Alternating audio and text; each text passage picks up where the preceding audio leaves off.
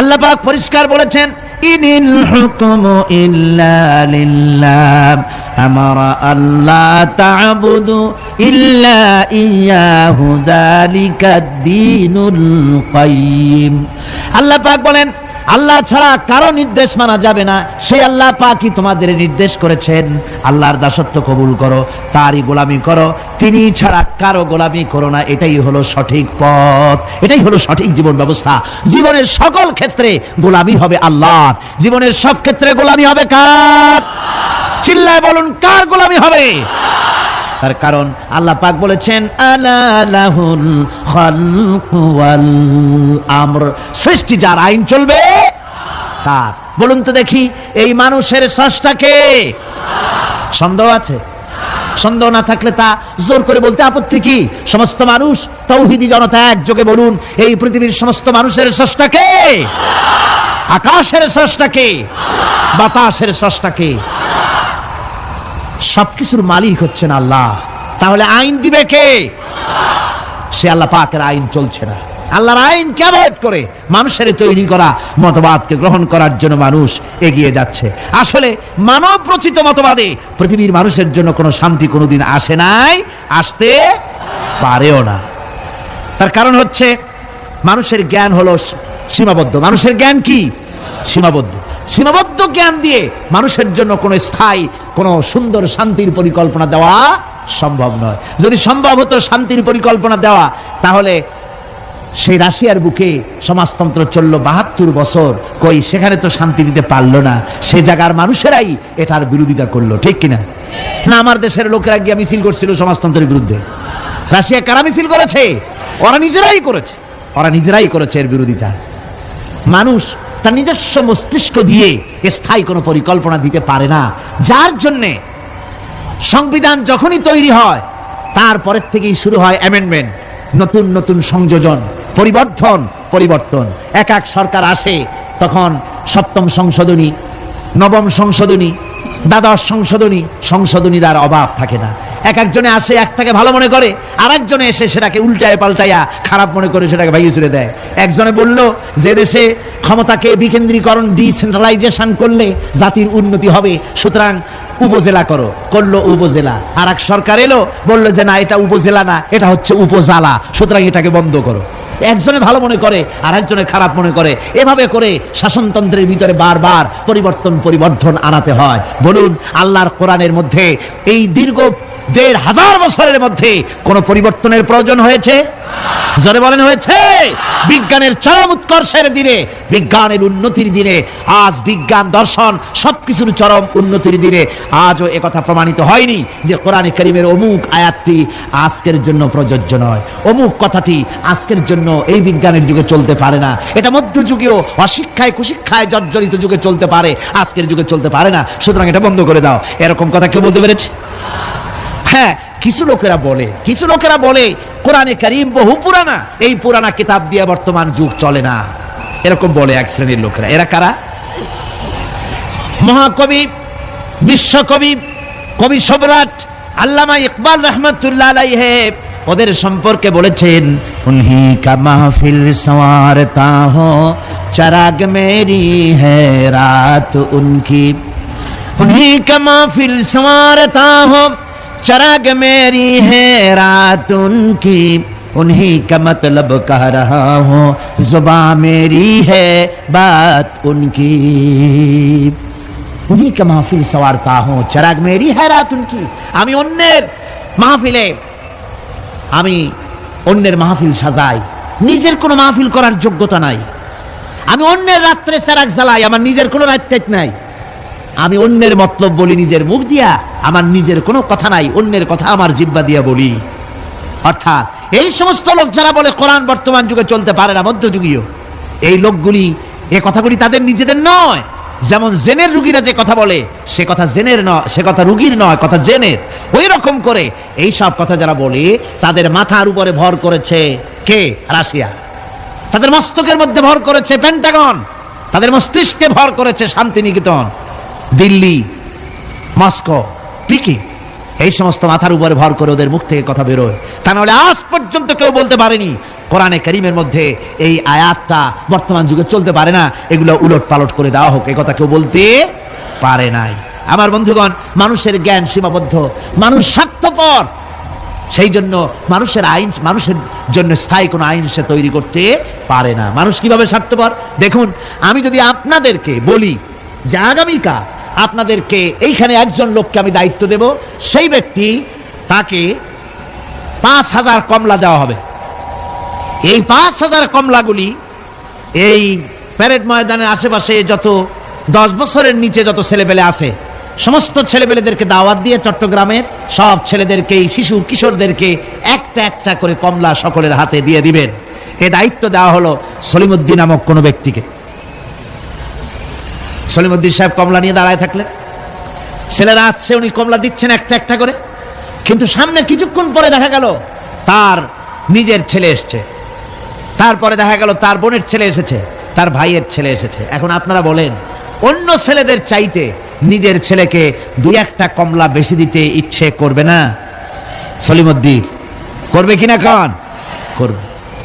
সামান্য কমলা বিতরণ করতে গিয়ে নিজের ছেলে বোনের ছেলের প্রতি যদি এভাবে বেশি দিতে ইচ্ছে করে, আর এটা স্বাভাবিক মানবীয় দুর্বলতা, তাহলে গোটা বিশ্বের মানুষের জন্য একটি গ্রহণযোগ্য আইন এই সংকীর্ণ স্বার্থপরতায় দুষ্ট কোনো মানুষকে এ দায়িত্ব দেওয়া যায় না। তাই আল্লাহ রাব্বুল আলামিন এ দায়িত্ব কাউকে দেননি, এ দায়িত্ব নিজে পালন করেছেন, আইন তিনি তৈরি করেছেন, ঠিক কিনা আমার ভাইরা? সেই জন্য আল্লাহ রাব্বুল আলামিন এইভাবে করে আইন কারো উপরে ছেড়ে দেননি, আইন নিজেই তৈরি করেছেন। পৃথিবীর মধ্যে যা কিছু এসেনশিয়াল মানুষের জন্য সবচাইতে বেশি গ্রহণযোগ্য এবং অত্যন্ত জরুরি, সেই জিনিসগুলো আল্লাহ নিজ হাতে রেখেছেন, মানুষের হাতে ছেড়ে দেননি। যেমন বাতাস, যেমন পানি, যেমন অক্সিজেন, এগুলি আল্লাহ নিজ হাতে রেখেছেন। কার হাতে? এগুলি যদি আল্লাহ মানুষের হাতে ছেড়ে দিতেন, তাহলে ক্ষমতায় গিয়ে বিরোধী দলকে বলতো অক্সিজেন দেওয়া যাবে না, আমার দলে আসো। বাতাস দেওয়া যাবে না, পানি দেওয়া যাবে না, মোটেও ক্ষমতা হাতে নাই। তাই চিৎকার মেরে বলেছে, ভাইয়ার আমার, বোনের আমার, ভাতে মারবো, পানিতে মারবো। ক্ষমতা মোটে নাই, তাই এই চিৎকার। আর যদি বাতাস, পানি, অক্সিজেনের মালিক যদি মানুষকে বানানো হতো, তাহলে অপর গোত্র, অপর দলের লোকদেরকে তারা পিষে শেষ করে দিত। এই জন্য আল্লাহ পাক মানুষের অবস্থা জানেন। খুলিকাল ইনসানু দাঈফা, মানুষকে আসলে দুর্বল করে সৃষ্টি করা হয়েছে সকল দিক থেকে। তাই আইন তৈরি করার মতো এই বিরাট দায়িত্ব আল্লাহ মানুষের হাতে ছেড়ে দেননি, আইন তৈরি করেছেন আল্লাহ। কে তৈরি করেছেন? লোকেরা জিজ্ঞেস করেছিল, হে রাসূল, আইন তৈরি করার ব্যাপারে আমাদের কোনো অধিকার আছে কিনা, আমরাও কিছু সাজেশন দিতে পারি কিনা? আল্লাহ পাক শুনিয়ে দিলেন, কুল ইন্নাল আমরা কুল্লুহু লিল্লাহ, কুল ইন্নাল আমরা কুল্লুহু লিল্লাহ, বলে দাও একমাত্র আল্লাহর আইন চলবে, আল্লাহর আইনের ভিতরে আঙ্গুল ঢুকাবার অধিকার কারো নাই। জোরে বলেন সুবহানাল্লাহ। ব্যক্তির আইন, পরিবারের আইন, সমাজের আইন, রাষ্ট্রের আইন, জীবনের সব ক্ষেত্রে চলবে কেবলমাত্র আল্লাহ সুবহানাহু ওয়া তাআলা, তার বিধানই চলবে, মানুষেরটা চলতে পারে না। তবে মানুষ তাদের নিজস্ব জীবনযাত্রা প্রণালীতে কোন নতুন কিছু করতে চাইলে তা করতে হবে কোরআনের আলোকেই, সুন্নাহর আলোকেই। যেহেতু গতকাল আমি বলেছি, কোরআনে কারীম কিন্তু আপনার কোরআনে কারীম সমস্ত নীতিমালার মূল নীতি হচ্ছে কোরআন, সমস্ত নীতিমালার মূল নীতি কোরআন। এখানে সব আছে, এখানে রাজনীতি, অর্থনীতি, সমাজনীতি, শ্রমনীতি, শিক্ষানীতি, যুদ্ধনীতি, বন্দিনীতি, স্বরাষ্ট্রনীতি, পররাষ্ট্রনীতি, সমস্ত গোষ্ঠী সুদ্ধা সব কোরআনের মধ্যে আছে। আল্লাহ বলেছেন, তিবিয়ানান লিকুল্লি শাই, সবকিছুর বর্ণনা কোরআনে কারীমের মধ্যে আমি করে দিয়েছি, খুলে খুলে কোরআনে কারীমের মধ্যে বলে দিয়েছি, কোনো জিনিস বাদ দেওয়া হয় না। গতকাল বলেছিলাম, সেই পিঁপড়া থেকে শুরু করে হাতি পর্যন্ত, মাকড়সা থেকে শুরু করে মৌমাছি পর্যন্ত কোন জিনিস বাদ আছে? কোন বলেন? পিঁপড়ার নামে সূরা আছে না? হাতির নামে সূরা আছে, মাকড়সার নামেও সূরা আছে, নাম কি? আনকাবুত। মৌমাছির নামেও সূরা আছে, নাম কি? মেয়ে লোকের নামেও সূরা আছে, কি নাম? সূরা নিসা। মানুষের নামে সূরা আছে, নাম কি? সূরা নাস। সব আছে। আবার পৃথিবীর মধ্যে লোহাকেও বাদ দেওয়া হয়নি কোরআন থেকে, যেহেতু লোহা হচ্ছে মানুষের জন্য সবচেয়ে বেশি প্রয়োজনীয় জিনিস। যদিও সোনার দাম বেশি, কিন্তু প্রয়োজনীয় বেশি লোহা, সেই জন্য লোহার দাম আল্লাহ কমায় রেখেছেন। লোহার উৎপাদন বেশি করে বাড়িয়ে দিয়েছেন। খনিজ দ্রব্য লোহা, আপনার খনিজের মধ্যে, খনির ভিতরে লোহা আল্লাহ পাক বেশি বেশি পয়দা করছেন সারা পৃথিবীতে, যাতে মানুষ এর দ্বারা উপকৃত হতে পারে। লোহা এত জরুরি মানুষের জন্য, এই লোহা না হলে আপনার আমার বক্তৃতা শুনতেই পেতেন না। এই লোহার মাধ্যমেই যাচ্ছে। আমার সামনে যে স্ট্যান্ড আছে এটা লোহার তৈরি, তারপরে এর যে অ্যাম্পলিফায়ার আছে সেখানে লোহা আছে, এর ইউনিটির ভিতরে লোহা আছে। আপনি যে কাপড় সেলাই করছেন সেখানে লোহা আছে, সুই। আপনার কাগজপত্র ছাপতেছেন সেখানেও লোহা আছে।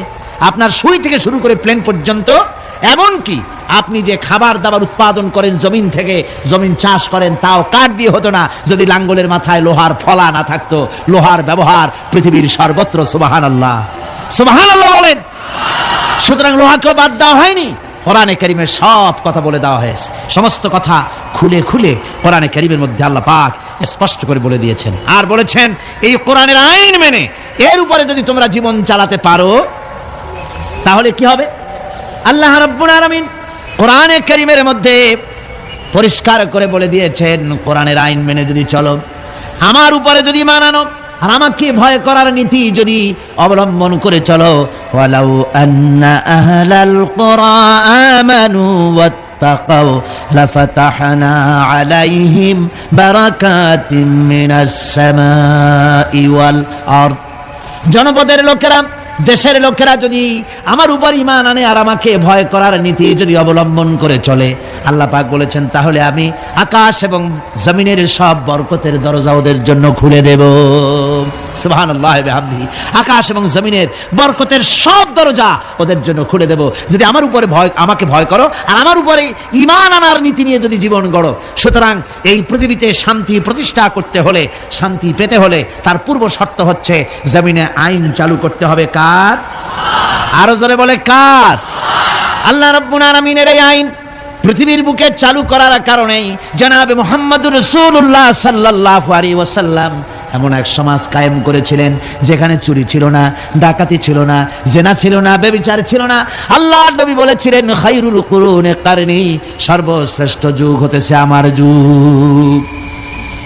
এমন যুগ তৈরি হয়ে গেল, মানুষ না খেয়ে মরে না, বেকার সমস্যার সমাধান হয়ে গেছে, মানুষের দ্বারা মানুষ আর লাঞ্ছিত হয় না, অপমানিত হয় না।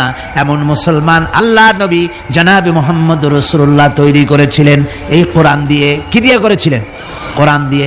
ইতিহাস লিখতেছে সেই জামানায় একটা সুন্দরী যুবতী মেয়ে মদিনা থেকে কোথাও যাচ্ছিল, যাওয়ার পথে যখন সন্ধ্যা হয়ে গেল তখন ওই যুবতী মনে করলো একাকিনী আমি বেরিয়েছি, এখন যদি কোনো পর পুরুষের সামনে পড়ে যায় তাহলে তো আমার সতীত্ব আর বাঁচবে না, অলঙ্কারাদি লুণ্ঠিত হবে। এই মনে করে ভয়তে মহিলা বসে পড়েছে জমিনের উপরে। জমিনের উপরে ভয়তে বসে পড়েছে। দেখা গেল যুবক ছেলেটি তার দিকে এগিয়ে আসতেছে। যুবক এবার যুবতীর কাছে এসেছে, ময়দানে আর কোনো মানুষ নাই। যুবক ছেলেটি যুবতীর দিকে তাকিয়ে বলে, মা, আমাকে দিয়ে তোমার কোনো ক্ষতি হবে না, তুমি কোথায় যাবে আমাকে বলো, আমি নিরাপদে পাহারা দিয়ে তোমাকে তোমার গন্তব্যে পৌঁছে দেব। আমার পরিচয় শোনো, আমি মুসলমান। সুবহানাল্লাহ ওয়া বিহামদিহি। রাসূলুল্লাহ এরকম মুসলমান তৈরি করেছিলেন। সুবহানাল্লাহ বলেন। এইরকম মুসলমান তৈরি করেছিলেন জনাবে মুহাম্মদ রাসূলুল্লাহ সাল্লাল্লাহু আলাইহি ওয়াসাল্লাম। এভাবে মুসলমান তৈরি করেছেন যেই মুসলমানদের কোনো মানুষের কোনো ভয় ছিল না। সমাজে চুরি ডাকাতি জেনা ব্যভিচার সব বন্ধ হয়ে গিয়েছিল। রাসূলের সেনাবাহিনী কেমন ছিল জানেন? রাসূলুল্লাহ কোরআন দিয়ে এমন সেনাবাহিনী তৈরি করেছিলেন, সিরিয়া দখল হলো মুসলমানদের হাতে। আর এই সিরিয়ার রাস্তা দিয়ে যখন মুসলমানেরা যাচ্ছে, বিজয়ী মুসলমানেরা সিরিয়ার সুন্দরী মহিলারা মনে করলো আমরা তো এখন ধর্ষিত হব, লাঞ্ছিত হব, এখন তারা আমাদের কোনো বাঁচার পথ নাই, আমাদের সর্বনাশ হয়ে যাবে। তারা তখন ভয় করতে লাগলো, মনে করলো যে ঘরের মধ্যে ঢুকে তারা আমাদেরকে লাঞ্ছিত করবে, তার চাইতে আমরা রাস্তায় দাঁড়িয়ে থাকি, যা আছে কপালে তাই হবে। দেখা গেল রাসূলুল্লাহ ট্রেনিং প্রাপ্ত সাহাবায়ে কেরাম সিরিয়া এই শহরের এক প্রান্ত দিয়ে ঢুকলেন, অপর প্রান্ত থেকে বেরিয়ে গেলেন, ডানে বায়ে তাকিয়ে দেখলেন না কারা দাঁড়িয়ে আছে। সুবহানাল্লাহ ওয়া বিহামদিহি। এর নাম হচ্ছে ইসলাম। এটাই শিক্ষা দিয়েছিলেন জনাবে মুহাম্মদ রাসূলুল্লাহ সাল্লাল্লাহু আলাইহি ওয়াসাল্লাম। এমন এক সুন্দর সমাজ পৃথিবীতে কায়েম হয়েছিল, যার বরকতে এই সুন্দর সমাজ হয়েছিল। আপনারা কি চান বাংলাদেশে সেরকম একটি সমাজ কায়েম হোক?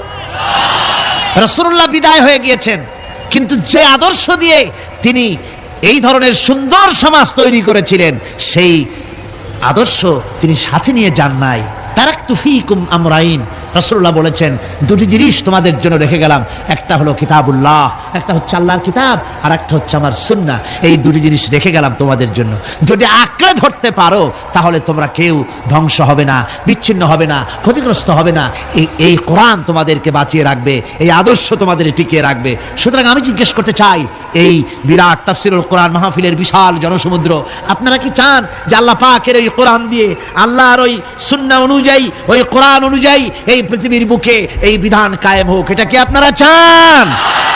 হাত উঁচু করে দেখান তো কারা কারা চান।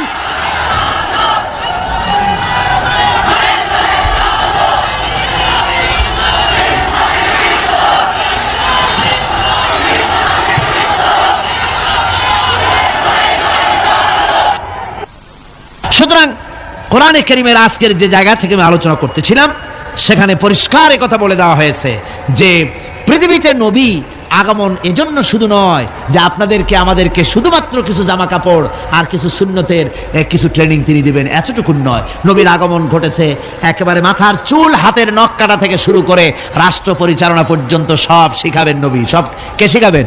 নবী শিখাই দিবেন সবকিছু, কোনো কিছু বাদ থাকবে না। আর মানুষের তৈরি করা মতবাদ প্রতিষ্ঠিত থাকবে না, প্রতিষ্ঠিত হবে আল্লাহর আইন। প্রতিষ্ঠিত হবে কার আইন? আল্লাহ রাব্বুল আলামিন বলছেন, হুয়াল্লাযী আরসালা রাসূলাহু বিল হুদা ওয়া দীনিল হক লিইয়ুযহিরাহু আলা দীনি কুল্লি। রাসূল প্রেরণের উদ্দেশ্য সব রকমের মানুষের তৈরি করা মতবাদের উপরে ইসলামকে তিনি বিজয়ী করে দেবেন। নবী বিদায় হয়ে গেছেন, আল্লাহর নবী, তিনি এই আদর্শ তাকে যে কারণে পাঠানো হয়েছিল সেই কারণে তিনি সফল হয়েছিলেন কিনা বলুন? কি বলেন, সফল কিনা? পরিপূর্ণ সফল।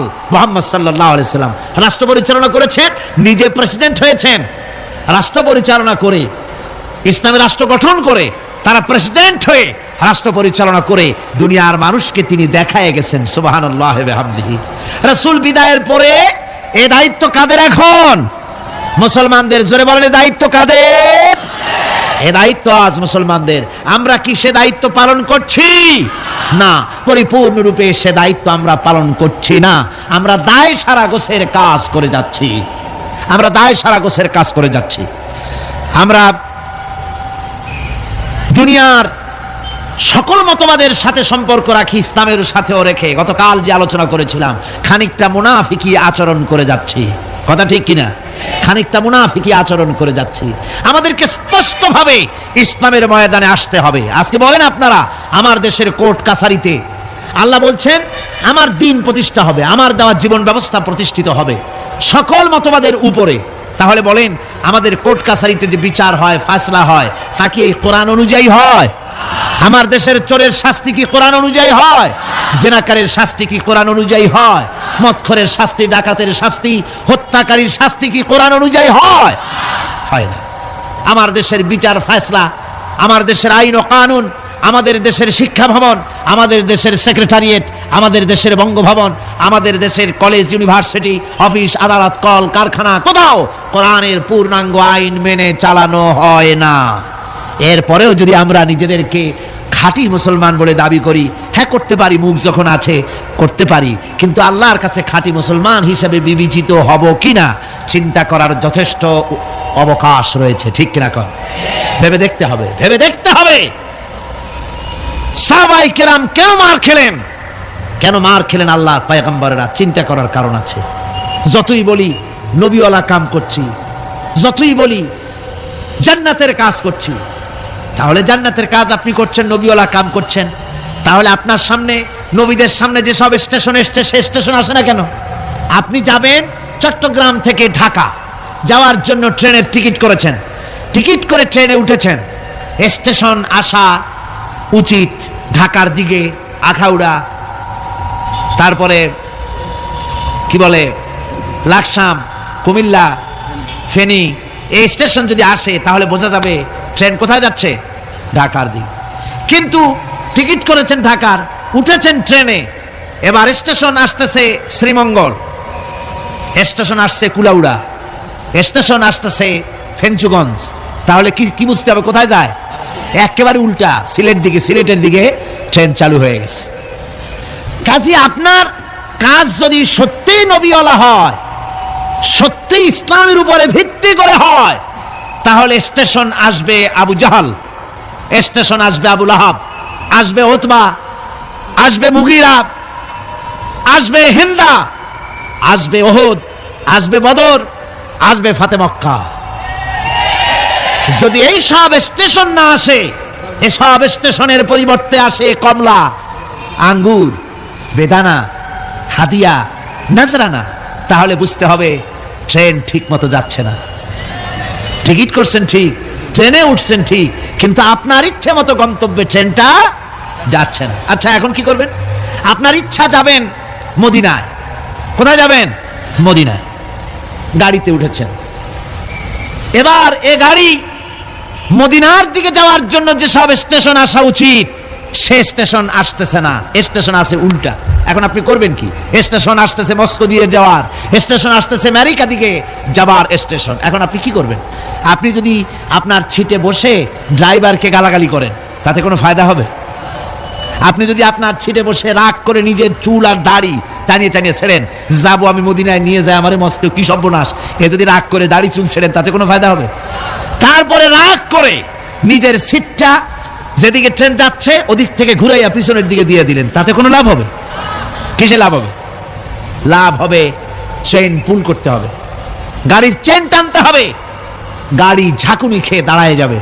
ড্রাইভারকে বলতে হবে, বেটা এই গাড়ির 95% যাত্রী মদিনার, আর তুমি নিয়ে চলেছ গাড়িকে দিল্লির দিকে, নিয়ে চলেছ পেন্টাগনের দিকে, গাড়ি ফিরাও। যদি যাত্রীর অধিকাংশ যাত্রীদের দাবি অনুযায়ী গাড়ি যদি না ফিরায়, তাহলে 2 নম্বরের কাজ হলো যাত্রীদেরকে ইঞ্জিনে যে দখল করে আছে যে ড্রাইভার, তাকে কিক আউট করে দিয়ে ইঞ্জিন নিজের দখলে এনে একদম মদিনার দিকে ঘুরিয়ে দেওয়া। এটাই হলো একমাত্র পথ।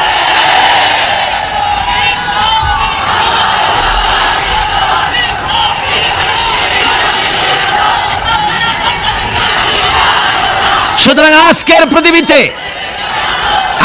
পৃথিবীতে দেশে দেশে মুসলমানের ইসলাম চায়।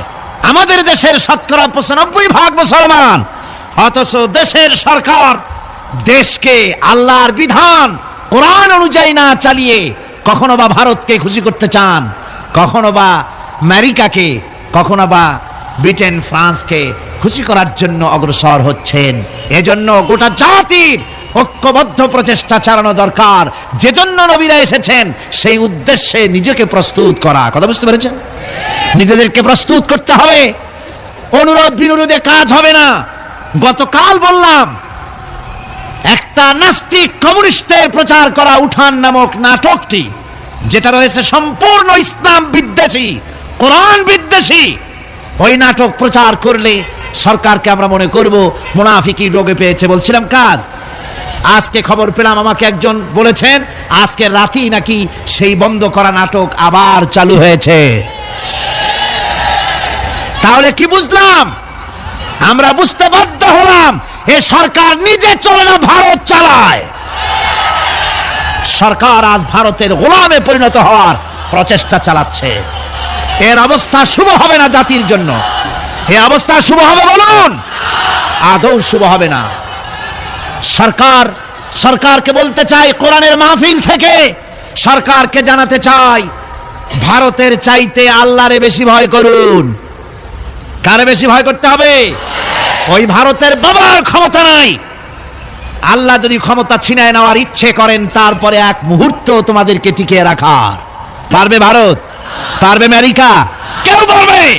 কেউ পারবে না। সুতরাং ভারতকে ভয় নয়, ভয় করতে হবে আল্লাহকে। কাকে ভয় করতে হবে? সে আল্লাহ রাব্বুল আলামিনকে ভয় করে এগিয়ে আসতে হবে। আমরা সরকারকে, যে কোনো সরকার যখনই এসেছে, কোরআনে কারীমের মাহফিল থেকে আমরা তাদেরকে সতর্ক করেছি, ঠিক না? বিগত 14 বছরের ইতিহাস, এই তাফসীরুল কোরআন মাহফিলের 14 বছরের ইতিহাস, হাজার হাজার অডিও ভিডিও ক্যাসেট সাক্ষী। কোরআনে কারীমের আলোকে সরকারকে আমরা গঠনমূলক সমালোচনা করেছি। আমরা কখনো ডিস্ট্রাকটিভ সমালোচনা করি নাই, কনস্ট্রাকটিভ সমালোচনা করেছি, ঠিক না?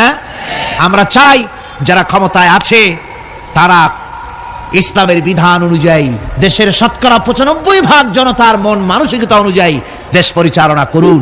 যদি না পারেন, ব্যর্থ হন, তাহলে অশান্তি, আল্লাহর গজব অপেক্ষা করছে। যে গজবে অতীতের লোকেরা ভুগেছে সেই গজবও অপেক্ষা করছে। ঠিক কিনা? কোরআনে কারীমের এত বড় বিশাল মাহফিল, এই মাহফিলে শরীক হতে পেরে আমরা ধন্য। আমরা আল্লাহর কাছে শুকর আদায় করি, সকলে বলি আলহামদুলিল্লাহ। মহব্বতের সাথে জোরে সোরে সবাই পড়েন আলহামদুলিল্লাহ। কোরআনে কারীমের আলোচনা শোনার জন্য আপনারা যেভাবে এসেছেন, আগামীকালও এবং আরো কয়দিন আছে? 3 দিন, একদিন করে নিয়ামতের দিনগুলি ফুরিয়ে যাচ্ছে। আপনারা আপনাদের বন্ধু বান্ধবদের সকলকে দাওয়াত দিয়ে নিয়ে আসবেন। এ মাহফিল এমনই এক বরকতপূর্ণ মাহফিল যে বাংলাদেশের অনেকগুলি জেলা থেকে এই শীতের প্রচন্ডতা উপেক্ষা করে পকেটের পয়সা খরচ করে কোরআনে কারীমের এই তাফসীর শোনার জন্য এ মাহফিলে হাজির হয়। সবাই বলেন আলহামদুলিল্লাহ। এই বরকত থেকে মাহরুম হবেন না। আপনারা সবাইকে ডেকে ডেকে নিয়ে আসবেন। আর আসার সময় আপনারা বাসে, ট্রাকে অথবা পায়ে হেঁটে যেমনি আসবেন, আসার সময় মিছিল করে করে আসবেন, যাওয়ার সময় মিছিলের আকারে যাবেন, যাতে করে যারা হিংসুক আছে, এই মাহফিল যাদের বরদাস্ত হয় না, তারা কিন্তু সুযোগ পেলে ফাঁকে ফোঁকে আঘাত হানতে পারে। গত বছর, তার আগের বছর এসব দুষ্টামি তারা করেছে। ঠিক কিনা? ওদের চরিত্র বিশ্বাস করা যায় না। নিজেরা মারামারি করে অন্যের উপরে দোষটা চাপায় দেয়। ও, তাহলে আমার আর কিছু বলা লাগবে না, বুঝিয়ে ফেলছেন? মাশাআল্লাহ। আমি আপনাদের খেদমতে আরজ করছি যে এদের চরিত্রই এইটা, এদের চরিত্রই এটি। সুতরাং আপনারা যাবেন মিছিল সহকারে। কি সহকারে যাবেন? আসবেনও মিছিল সহকারে, যাবেনও মিছিল সহকারে। কোনো আজে বাজে উস্কানিমূলক স্লোগান দেওয়ার কোনো প্রয়োজন নাই। আসতেছেন তো কোরআনের মাহফিলে, স্লোগান হবে নারায়ে তাকবীর, আল্লাহু আকবার, আল কোরআনের আলো ঘরে ঘরে জালো, আল হাদিসের আলো ঘরে ঘরে জালো। তা না হলে পরে আবার আরেকটা সুযোগ থাকে, ফেতনা বাজ যারা, ওরা তো আর সহজে ছাড়ে না। তারা কয় যে আল কোরআনের আলো, এই স্লোগানই তারা দেয়, তার মানে ওরা হাদিস মানে না। বুঝলেন? যারা সুবিধাবাদী, সুযোগ সন্ধানী, তারা এই ধরনের খুঁতটুত কোনো জায়গায় পাইলে, সেই জন্য স্লোগান, আমরা তো কোরআন, আমরা মুসলমান, আমরা কি মুসলমান, কোরআন হাদিসের জন্যই আমরা সংগ্রাম করি। কাজী আল হাদিসের আলো, আল কোরআনের আলো ঘরে ঘরে জালো। বিপ্লব, বিপ্লব, ইসলাম ছাড়া অন্য কিছু, বাস এই কয়টা স্লোগান দিয়ে দিয়ে যাবেন আর আসবেন। জোরে সোরে মহব্বতের সাথে সবাই পড়েন আলহামদুলিল্লাহ। আপনারা সেই আসরের নামাজের পর থেকে দূর দূরান্ত থেকে এখানে এসেছেন। এখন আজকে বেশ ঠান্ডা হাওয়া প্রবাহিত হচ্ছে। যদিও আমার সামনে আলোচনা লম্বা ছিল, কিন্তু সেই লম্বা আলোচনা করতে আমি সাহস পাচ্ছি না। আমি সংক্ষেপে আজকের আলোচনা সেরে দেব ইনশাআল্লাহ। আজকে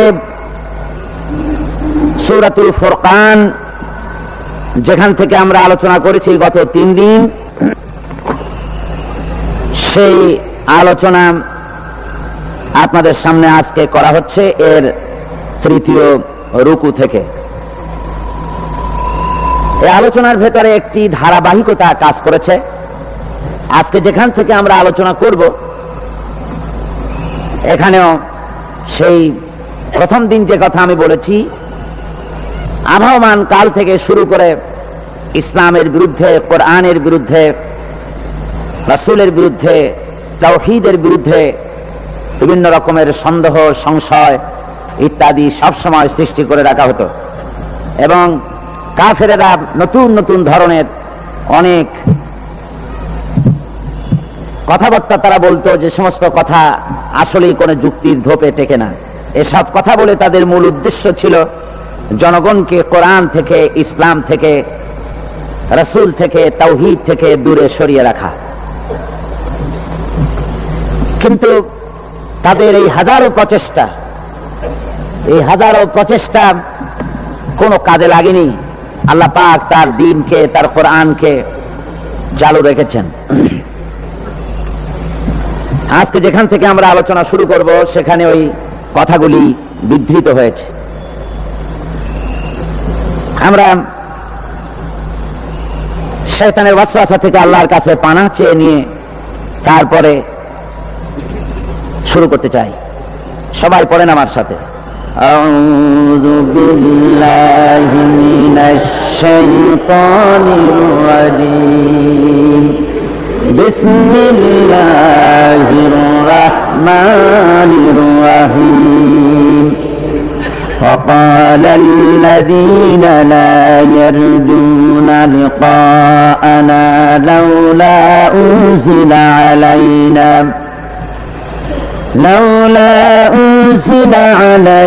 الملائكة أو نرى ربنا لقد استكبروا في أنفسهم وعتوا عتوا كبيرا يوم يرون الملائكة لا بشرى يومئذ للمجرمين ويقولون حجرا محجورا صدق الله العظيم। এখানে আল্লাহ পাক বলছেন, যে সমস্ত লোক আমার সঙ্গে আমার সম্মুখে উপস্থিত হওয়ার শঙ্কা বোধ করে না, অর্থাৎ কিয়ামতের দিন আমার সামনে আসতে হবে, আমার সামনে উপস্থিত হতে হবে, এ ব্যাপারে যাদের ভয় নাই, তারা বলে লাউলা উনজিলা আলাইনাল মালাইকা, আমাদের কাছে কেন ফেরেশতা পাঠানো হয় না, আও নারা রাব্বানা, নতুবা নয়তো আমরা আল্লাহকে, আমাদের রবকে আমরা দেখতে চাই। লাকাদ ইস্তাকবারু ফি আনফুসিহিম, তারা তাদের মনের ভেতরে একটা দাম্ভিকতা পোষণ করতেছিল। ওয়া আতাউ উতুওয়ান কাবীরা, আর এরা বিদ্রোহ এবং অবাধ্যতার সীমা লঙ্ঘন করেছিল। একথার দ্বারা এটা বলা হচ্ছে যে অবিশ্বাসীদের একটি বক্তব্য ছিল এই, যে আল্লাহ পাক যদি বাস্তবিকই মানুষের কাছে কোনো হেদায়েতের বাণী শোনাতে চান, তাহলে শুধু রসুলের কাছে ফেরেশতা পাঠাবেন, এটা কেমন কথা? আমাদের সকলের কাছে ফেরেশতা আসা উচিত। আর এই ফেরেশতারা প্রত্যেকের বাড়ি বাড়ি গিয়ে বলা উচিত যে তোমাদের আল্লাহর পক্ষ থেকে তোমাদের জন্য এই হেদায়েত, এরকম বাড়ি বাড়ি ফেরেশতা যাওয়া দরকার। অথবা বিরাট জনসমাবেশ করে সেখানে ফেরেশতারা দাঁড়ায় বক্তব্য রাখবে, আল্লাহর কথা বলবে যে আল্লাহর এই হেদায়েত এসেছে। আর এটা যদি না হয়, তাহলে রব যিনি, তিনি আসুন, তিনি আমাদের সামনে এসে কথা বলুন, আমরা রবকে দেখতে চাই। এইভাবে তারা বলতো। সূরা আনআমে আল্লাহ রাব্বুল আলামিন বলেছেন যে এইভাবে করে যখনই কোনো আয়াত নাজিল হতো, তখন তারা বলতো ক্বালু লান নুমিনা হাত্তা নুতা মিসলা মা উতিয়া রাসূলুল্লাহ, আমরা ততক্ষণ পর্যন্ত এই সমস্ত কথা বিশ্বাস করব না যতক্ষণ পর্যন্ত রাসূলুল্লাহর কাছে যে জিনিস পাঠানো হয়েছে তা আমাদের কাছে পাঠানো না হয়। অর্থাৎ আল্লাহ নিজেই আসবেন এবং আল্লাহ নিজে এসে বলবেন যে বান্দারা, তোমাদের নিকট আমার আবেদন এই, এইভাবে আল্লাহ এসে নিজেই আমাদের সামনে এই ধরনের কথা বলা দরকার। অবিশ্বাসীদের এই সমস্ত কথার জবাবে আল্লাহ রাব্বুল আলামিন বলছেন, ওয়ালাউ নাযালনা আলাইকা কিতাবান ফি কিরতাসিন ফালামাসুহু বিআইদিহিম, আল্লাহ রাব্বুল আলামিন বলেন, আমি যদি আপনার প্রতি ওহীর আকারে কিতাব নাজিল না করে, যদি কাগজে লেখা কোরআন শরীফ কাগজে লেখা কিতাব যদি নাজিল করে দিতাম, এমনকি তারা যদি তা স্পর্শ করেও দেখত, তাহলে তারা কি বলতো? লাকালাল্লাযীনা কাফারু ইন হাযা ইল্লা সিহরুম মুবিন, ওরা স্পর্শ করে এই কিতাবকে তারপরে বলতো যে এটা হচ্ছে একটা স্পষ্ট জাদু, তারা এটাকে জাদু বলে ঘোষণা করে দিত। সুতরাং এই সমস্ত কথা বলে তারা আসলে কোরআন থেকে নিজেরাও দূরে থাকতে চায় এবং অন্যদেরকেও দূরে রাখতে চায়। তারা বলে, আল্লাহ রাব্বুল আলামিন বলছেন, ইয়াউমা ইয়ারাউনাল মালাইকাতা লা বুশরা ইয়াউমা ইযিল লিল মুজরিমিন, যেদিন আসলে তারা ফেরেশতা দেখবে, যেদিন তারা আসলে ফেরেশতা দেখতে পারবে, সেদিনটা অপরাধীদের জন্য কোনো সুসংবাদের দিন হবে না। ফেরেশতা যেদিন তারা দেখতেই পারবে, ইয়াকুলুনা হিজরাম মাহজুরা, সেদিন তারা চিৎকার মেরে বলবে আল্লাহ আশ্রয় চাই, এভাবে চিৎকার মারতে থাকবে যেদিন সত্যি ফেরেশতা দেখবে। وَقَدِمْنَا إِلَى مَا عَمِلُوا مِنْ عَمَلٍ فَجَعَلْنَاهُ هَبَاءً مَنْثُورًا, আর আমি তাদের সমস্ত কৃতকর্ম আমলগুলিকে সব ধূলিকণার মতো উড়িয়ে দেব। أَصْحَابُ الْجَنَّةِ يَوْمَئِذٍ خَيْرٌ مُسْتَقَرًّا وَأَحْسَنُ مَقِيلًا, সেদিন হাসরের ময়দানে জান্নাত এবং জাহান্নামীদের অবস্থা একরকম হবে না। যারা জান্নাতের অধিকারী হবে তারা উত্তম জায়গায় অবস্থান করবে, কল্যাণজনক জায়গায় অবস্থান করবে এবং দ্বিপ্রহরে সময় কাটাবার জন্য তারা উত্তম স্থান লাভ করবে। অর্থাৎ জাহান্নামীরা আর জান্নাতীরা কিয়ামতের দিন তাদের এক অবস্থা হবে না। ওই প্রচন্ড রৌদ্রের তাপে জাহান্নামীদের কষ্ট হবে ঠিকই, কিন্তু জান্নাতীদের কোনো কষ্ট হবে না। সুবহানাল্লাহ ওয়া বিহামদিহি। আল্লাহ রাব্বুল আলামিনের হাবিব জনাবে মুহাম্মদ রাসূলুল্লাহ সাল্লাল্লাহু আলাইহি ওয়াসাল্লাম বলেছেন, কিয়ামতের ময়দানে আল্লাহর কসম করে বলছি, সেদিন জাহান্নামীদের ভীষণ কষ্ট হবে আর জান্নাতীদের জন্য অত্যন্ত আসান হবে, অবস্থাটা খুবই আরামের হবে। নবীজি বলেন, এক ফরজ নামাজ, এক ওয়াক্ত ফরজ নামাজ আদায় করতে যে সময়টুকুন লাগে, কিয়ামতের মাঠের এই সময় এত বড় বিরাট লম্বা সময় জান্নাতীদের জন্য এরকম হালকা হয়ে যাবে। সুবহানাল্লাহ। হযরত আবু সাঈদ খুদরী রাদিয়াল্লাহু তাআলা হাদিস কেন বর্ণনা করেছেন, এক ওয়াক্ত নামাজ, একটা ফরজ নামাজ পড়তে যতটুকুন সময় লাগে এতটুকুন সময়ের ভেতরে জান্নাতীদের কারবার শেষ হয়ে যাবে। সুবহানাল্লাহ ওয়া বিহামদিহি। আর ওদের কারবার তো শেষই হবে না। وَيَوْمَ تَشَقَّقُ السَّمَاءُ بِالْغَمَامِ وَنُزِّلَ الْمَلَائِكَةُ تَنزِيلًا, ওরা ফেরেশতা দেখতে চায়। সেদিন আসমান সমূহ বিদীর্ণ হয়ে মেঘ পুঞ্জ বেরিয়ে আসবে, আত্মপ্রকাশ করবে। তার ভেতর থেকে ফেরেশতারা ক্রমাগত নাযিল হতে থাকবে। আর অবস্থাটাই হবে, আল মুলকু ইয়াওমাইযিল হাক্কু লির-রাহমান ওয়া কানা ইয়াওমান আলাল কাফিরিনা আসীরা, আর সেদিনের বাদশাহী হবে কেবলমাত্র রহমানেরই। ওয়া কানা ইয়াওমান আলাল কাফিরিনা আসীরা, আর সেই কিয়ামতের দিন, সেই সময়টা হবে কাফেরদের জন্য বড়ই কঠিন। এখানে কিয়ামতের কিছু কথা বলা হচ্ছে, কিছু আভাস দেওয়া হচ্ছে যে আসমান সমূহ বিদীর্ণ হয়ে মেঘ পিণ্ড বেরিয়ে আসবে এবং তার থেকে ক্রমাগত ফেরেশতারা নাযিল হতে থাকবে। আল্লাহর হাবিব বলেছেন, কেউ যদি কিয়ামতের দৃশ্য দেখতে চায় সেজন্য সূরা ইজা শামসু কুওয়ারাত ওয়া ইজা সামাউন ফাতারাত ইজা সামাউন শাক্কাত, এই সূরাগুলি যেন পড়ে, তাহলে কিয়ামতের দৃশ্য তার চোখের সামনে প্রতিভাত হবে। কিয়ামতের দৃশ্যটা আসলে কেমন হবে সেই সূরাগুলি তেলাওয়াত করলে সে বুঝতে পারবে।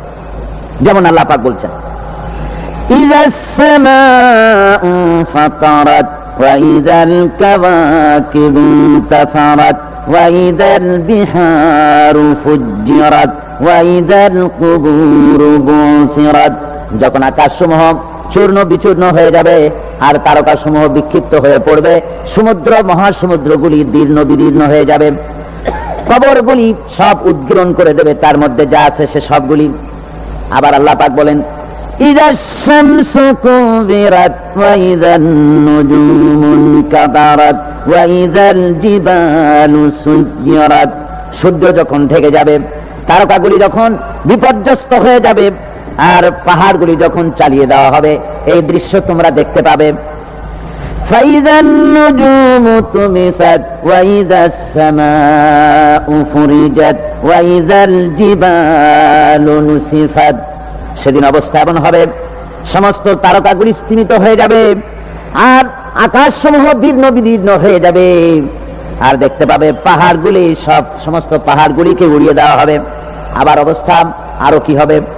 فَإِذَا بَرِقَ الْبَصَرُ وَخَسَفَ الْقَمَرُ وَجُمِعَ الشَّمْسُ وَالْقَمَرُ, যখন চক্ষু বিস্ফারিত হয়ে যায় মানুষের, চাঁদ আর সূর্য নিষ্প্রভ হয়ে যাবে, সব একাকার হয়ে যাবে, চন্দ্র এবং সূর্য তার অস্তিত্বকে হারিয়ে ফেলবে। শুধু তাই নয়, وَحُمِلَتِ الْأَرْضُ وَالْجِبَالُ فَدُكَّتَا دَكَّةً وَاحِدَةً, জমিন ও পাহাড়গুলির মধ্যে সংঘর্ষ লাগিয়ে দেওয়া হবে, আর তা এক ধাক্কায় জমিন এবং সমস্ত পাহাড়গুলি চূর্ণ বিচূর্ণ হয়ে যাবে। সুবহানাল্লাহি ওয়া বিহামদিহি। আল্লাহ রাব্বুল আলামিন বলছেন, এইভাবে করে কিয়ামতের দৃশ্য, বিভীষিকাময় দৃশ্য তোমরা দেখতে পাবে। আর সেদিনের রাজত্বটা কার হবে? الملك يومئذ الحق للرحمن, সেদিনের রাজত্ব হবে কেবলমাত্র রহমানের। অর্থাৎ যেসব কৃত্রিম বাদশাহী দেখে তোমাদের চোখে ধাঁধা লেগে গিয়েছে, তোমাদেরকে দুনিয়ার বাদশাহী দেখে তোমরা ধোঁকায় পড়ে গিয়েছো, এসব বাদশাহী কিছুই টিকবে না সেদিন। সেদিন শুধু বাদশাহী থাকবে একমাত্র আল্লাহ পাকের। কার থাকবে বাদশাহী? যারা বলেন কার? আল্লাহ রাব্বুল আলামিন যখন কিছুই থাকবে না, ঘোষণা করবেন লিমানিল মুলকুল ইয়াউম লিল্লাহিল ওয়াহিদুল কাহ্হার। আজকে কার রাজত্ব? চারিদিক থেকে আওয়াজ আসতে থাকবে, পরাক্রমশালী আল্লাহ রাব্বুল আলামিনের রাজত্ব। আর কারণ নয়, হাদিস শরীফে এসেছে, বুখারী মুসলিম শরীফের হাদিসে এসেছে, আল্লাহর নবী বলেন, আল্লাহ রাব্বুল আলামিন তখন তার এক হাতে আকাশ মণ্ডলীকে ধারণ করবেন, আর এক হাতে জমিনকে ধারণ করবেন। আকাশ মণ্ডলী এক হাতে, জমিন এক হাতে। এভাবে আল্লাহ রাব্বুল আলামিন বলবেন, আইনাল জাব্বারুন আইনাল মুতাকাব্বিরুন, কোথায় সেই স্বৈরাচারীরা, কোথায় সেই দুর্বিনীত অহংকারী স্বৈরাচার যারা আমার জমিনের উপরে, আমার মানুষের উপরে রাজত্ব চালিয়েছে, তারা আজকে কোথায়? কোথায় সেই অহংকারীরা? আল্লাহ পাক সেদিন যে বলবেন, সেদিন তো বলবেন, কিন্তু দুনিয়ার মাঝেও স্বৈরাচার যারা, অহংকারী যারা, তাদের শাস্তি পৃথিবীর বুকেও দেন, আর সেদিন তো দিবেনি। কত স্বৈরাচার আমরা দেখলাম, কত অহংকারী দেখলাম, যাদের তর্জনী হেননে লক্ষ কোটি কোটি মানুষ উঠত আর বসত। তাদের জিল্লাতির সঙ্গে আল্লাহ রাব্বুল আলামিন কতজনকে বিদায় করে দিলেন। ফুলের মালা নিয়ে কুলাতে পারে নাই, পা থেকে শুরু করে গলা পর্যন্ত ফুলের মালা দিয়া ডুবাই দিল ভক্তরা। আবার আল্লাহ রাব্বুল আলামিন এমন শাস্তি দিলেন, ফুলের মালার পরিবর্তে জুতার মালা নিয়ে জেলের মধ্যে ঢুকাইয়া দিলেন। ঠিক কিনা গান? অহংকারী আর স্বৈরাচার যারা হয়, আল্লাহ পাক এভাবে তাদের দৃষ্টান্ত দেখিয়ে দেন। আমরা কত দেখলাম, 9 বছরের রাজা, 10 বছরের সাজা। পৃথিবীর বুকে যারা অহংকার করে, যারা স্বৈরাচার হয়, আল্লাহর আইনকে যারা বৃদ্ধাঙ্গুষ্টি প্রদর্শন করে, আল্লাহ পাক তাদের জমিনেও দেখান। এখানে চূড়ান্ত ফয়সালা আল্লাহ করেন না, আসল ফয়সালার জায়গা তো আছেই, তবে এখানে নমুনা দেখায় দেন। কিন্তু মুশকিল হচ্ছে, ইতিহাসের সবচাইতে বড় শিক্ষা হলো, ইতিহাস থেকে মানুষেরা শিক্ষা গ্রহণ করে না। একজনে যে কাম করে বিপদে পড়ে, আর একজন এসে আবার সেই পথেই অগ্রসর হয়, নিশ্চিত মৃত্যুর পথে। আমার বন্ধুগণ, আল্লাহ পাক বলছেন, সেদিন আমার রাজত্ব হবে, আর কারো রাজত্ব হবে না। وَكَانَ يَوْمًا عَلَى الْكَافِرِينَ عَسِيرًا, আর ওই দিনটা, ওই কিয়ামতের দিন হবে কাফেরদের জন্য সবচাইতে কঠিন। সবচাইতে কঠিন হবে কাদের জন্য? কাফেরদের জন্য। কাফের কারা? কাফের হচ্ছে তারা যারা নাকি আল্লাহর আইনকে অস্বীকার করেছে, আল্লাহকে অস্বীকার করেছে, আল্লাহর আইনকে অস্বীকার করেছে। ওরা কি? কাফের।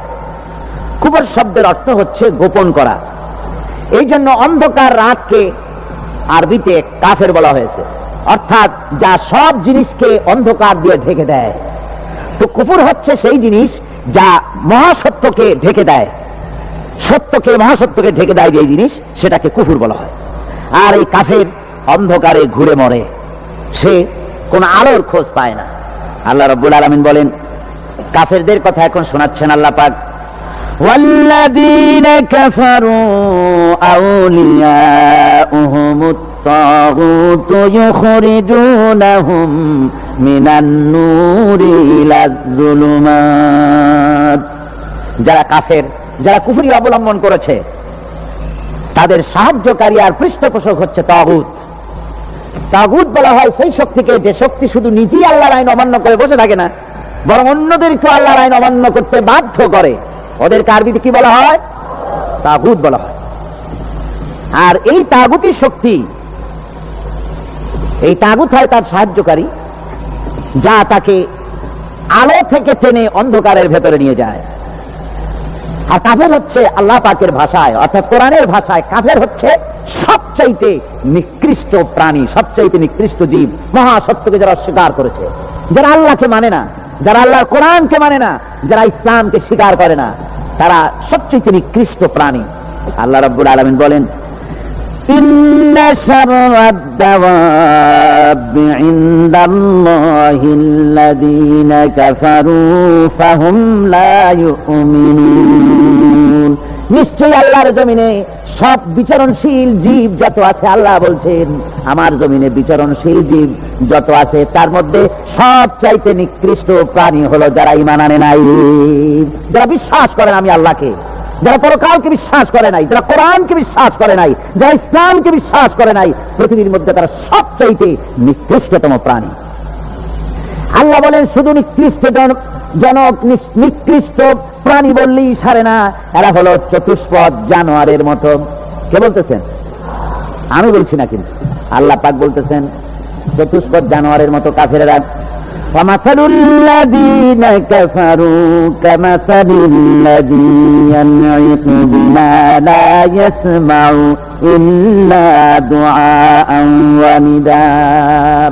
এই কাফেরদের দৃষ্টান্ত হচ্ছে সেই রাখালের মতো, যে রাখাল তার পশুদেরকে ডাকে, আর ওই পশুরা একটা ডাক শোনে মাত্র, কিন্তু কি যে বলে তা তো পশুতে বোঝে না। কথা বুঝতে পেরেছে?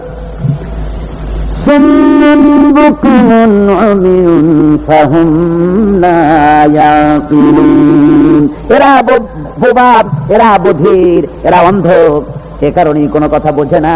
এরা চতুষ্পদ জানোয়ারের চাইতে নিকৃষ্ট, যাদেরকে আমি আল্লাহ বলেন, যাদেরকে আমি চোখ দিলাম, চোখ থাকতে হক দেখলো না, সব দেখলো, হক দেখে নাই চোখ দিয়া, এই চোখ দিয়া সব দেখলো, নারীর সৌন্দর্য উপভোগ করলো, আর নারীর অঙ্গ প্রত্যঙ্গ নিয়ে নানা ধরনের গল্প লিখলো, কবিতা লিখলো, কিন্তু এই সৌন্দর্য যিনি দিলেন তারেও চিনল না। একদা সুখদায়ক প্রমোদা বদন দর্শন করি বম ঝরিল নয়ন, হেসে কহে সে রূপসী সবিস্ময় মন, কহ দেখি মহাশয় কহ কি কারণ, বিষয় বিরাগী তুমি ভুবনে প্রচার, কি হেতু জন্মিল তব মানস বিকার, সামান্য ললনারূপ করি দর্শন, উচিত না হয় তব অশ্রু বরিশন। বুজুর্গ ব্যক্তি ওই মহিলার দিকে তাকিয়ে তাকিয়ে কাঁদতেছেন। সুন্দরী মহিলা বলেন, আল্লাহর বুজুর্গ বান্দা, আপনি এলাকার ভিতরে বুজুর্গ এবং পীর হিসাবে, বুজুর্গ ব্যক্তি হিসাবে আপনি বিখ্যাত। আজকে আমাকে এখানে দেখে আপনি আমার দিকে তাকায় আমার রূপ উপভোগ করতেছেন আর কাঁদতেছেন। আপনার মতো সংসার বিরাগী মানুষ আমার মতো একটা সুন্দরী মেয়েকে দেখে এভাবে কাঁদা ঠিক না। বুজুর্গ ব্যক্তি বলছেন, হেসে কহিলাম বলে করহ শ্রবণ, নেত্র ঝরে তব হেতু ভেব না এমন, যে শিল্পী রচিল ওই সুধাংশু বদন, তাহার তরে ঝরে নেত্র নয়নে জীবন। আল্লাহর বান্দি, আমি তোমাকে দেখি কান্দি না, আমার চোখে পানি বেরিয়ে গেছে। তোমারে দেখে আমি মনে মনে ভাবলাম, এত সুন্দর করে যিনি মানুষ বানিয়েছেন, না জানি ওই আল্লাহ রব্বুল আলামিন কত বড় সুন্দর। আমার ভাইরা, সুতরাং চোখ থাকতে ওরা আল্লাহ রব্বুল আলামিনের কুদরত ওরা দেখে নাই, কান থাকতে কোরআনের আওয়াজ ওদের কানের মধ্যে ঢোকে নাই, বিবেক থাকতে আল্লাহর দ্বীনকে বুঝতে পারে নাই, চিন্তা করতে পারে নাই। আল্লাহ রাব্বুল আলামিন বলেন, উলাইকা কাল্লানাম, এরা হলো চতুষ্পদ জানোয়ার, বালহুম আদাল। শুধু জানোয়ার না, জানোয়ারের চাইতেও নিকৃষ্ট। এমনই জানোয়ার, আল্লাহ বলেন শুধু জানোয়ার না, জানোয়ারের মতো শুধু খায় জনমের মতো।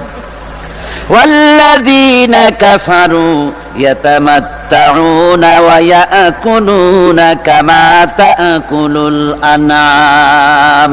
এই কাফেরগুলির কাম শুধু ফুর্তি করা, গান বাজনা, নাটক, গল্প, এই সব কাজ তাদের। নামাজ নাই, রোজা নাই, আল্লাহর চিন্তা নাই, তাহাজ্জুদ নাই, পরহেজগারি নাই, শুধু গান আর নাচ।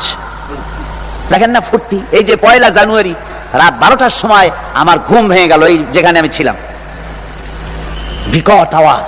আমি মনে করলাম পাশের বাড়ি বুঝি ডাকাত পড়ছে।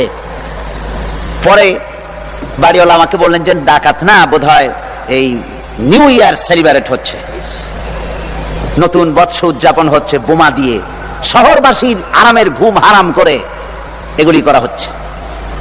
এ তো গেল 1 জানুয়ারি। আর যখন আমাদের নিজেরটা যখন আসে, অর্থাৎ 1 বৈশাখ, তখন দেখছেন অবস্থা 1 বৈশাখে।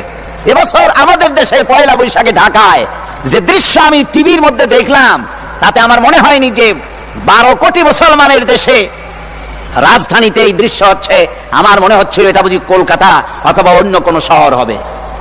আমি দেখলাম সমস্ত যুবক যুবতী, নারী পুরুষ, বিভিন্ন বয়সের লোক সব একসঙ্গে রাস্তায় নেমেছে, নাচতেছে।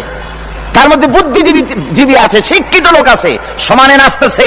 আর তাদের মুখোশ পরা, বানরের মুখোশ, কুকুরের মুখোশ, শুকরের মুখোশ, ঘোড়ার মুখোশ, পাতিশিয়ালের মুখোশ, এই মুখোশ পরে এভাবে নাচতেছে। আমি চিন্তা করলাম নববর্ষের সাথে কুত্তার মুখোশের সম্পর্ক কি? নববর্ষের সাথে পাতি শ্রীগালের মুখোশের সম্পর্ক কি? তাহলে ওরা কি বলতে চায় যে আগামী বছরটা আমরা কুত্তার ভূমিকায় অ্যাক্টিং করব, অথবা শ্রীগালের মতো ধূর্তামি করব জাতির সাথে? তারপরে কি করলো? সকাল বেলায় যুবক যুবতী 1 বৈশাখ সূর্য উদয়ের আগে রমনা লেকের পাড়ে গিয়ে সব দাঁড়িয়েছে বাসন্তী রঙের শাড়ি পরে।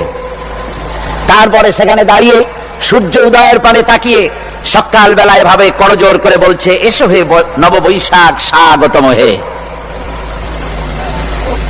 নববৈশাখ অলক্ষে বোধহয় এটা শুনে বলতেছে, বাবাজিরা আমারে ডাকতেছো, অপেক্ষা করো, আমি আসতেছি।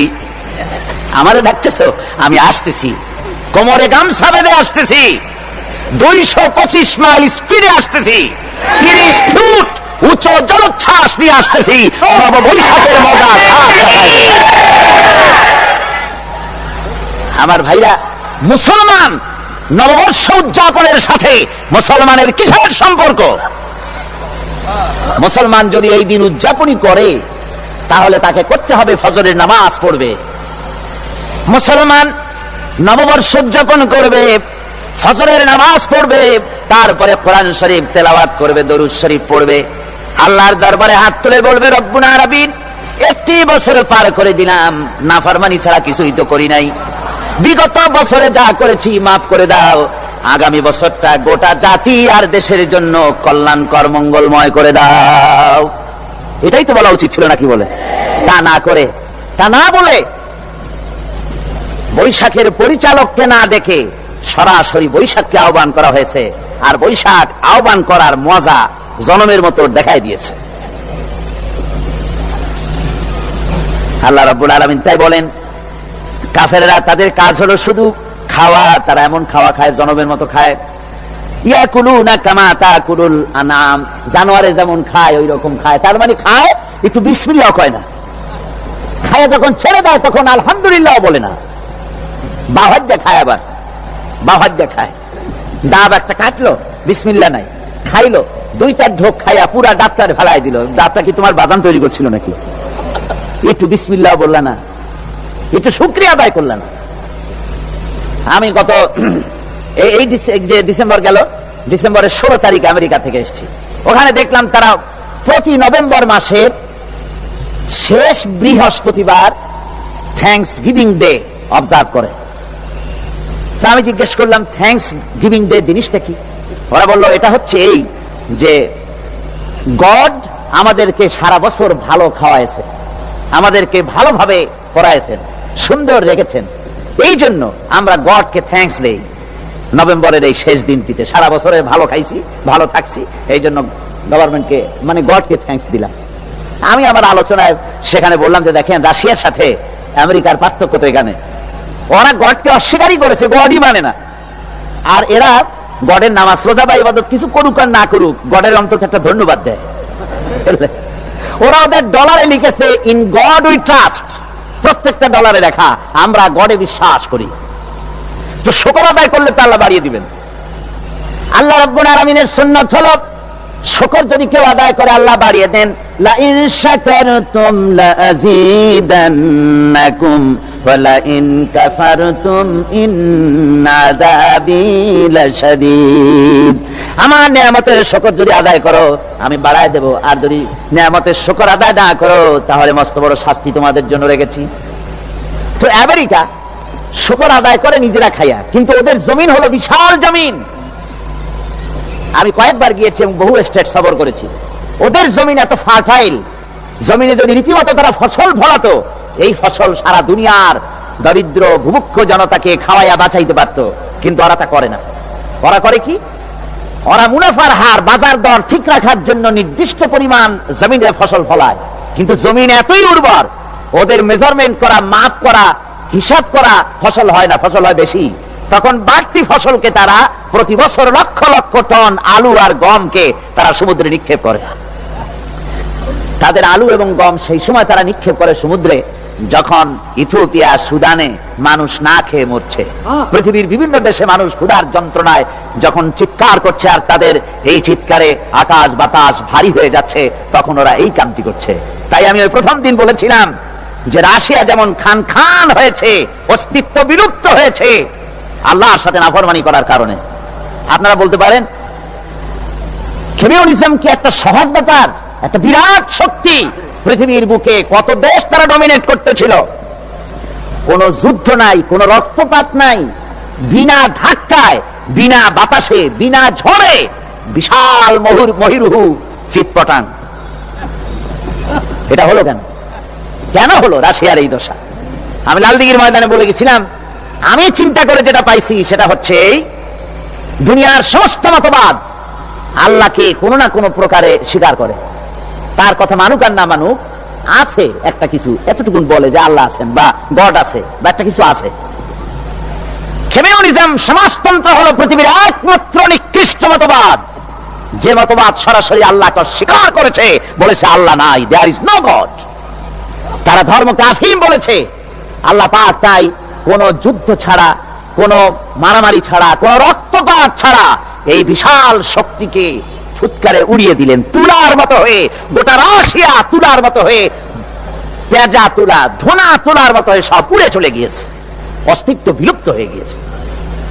কিন্তু আমাদের দেশের খুচরা কমিউনিস্টরা এখনো স্বপ্ন দেখে।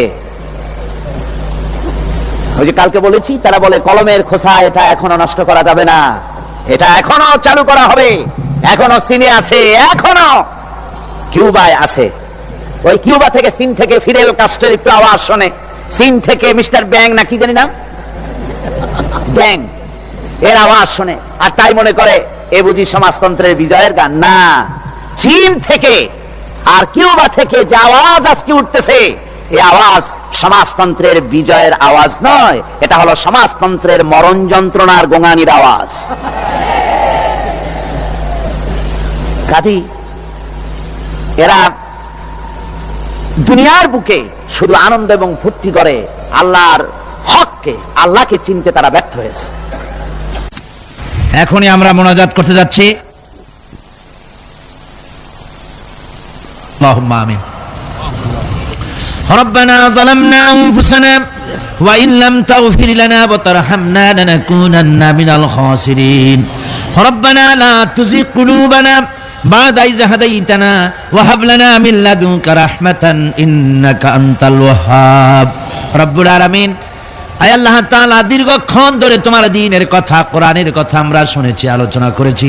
মেহেরবানি করে সওয়াবটুকু হুজুরে পুরনূর সাল্লাল্লাহু আলাইহি ওয়াসাল্লামের রূহ মুবারকে পৌঁছে দাও। আয় আল্লাহ তাআলা, तमाम पृथ्वीर माटिर नीचे যত মুমিন মুমিনাত শুয়ে আছে তাদের আরো আর পরে সওয়াব পৌঁছিয়ে দাও। আল্লাহ তাআলা আমাদের মা বাপ যাদের কবরে শুয়ে আছে কবরগুলিকে জান্নাতের টুকরা বানায়া দাও। আমাদের মা বাপ যাদের বেঁচে আছে সুস্থ রাখো, ভালো রাখো।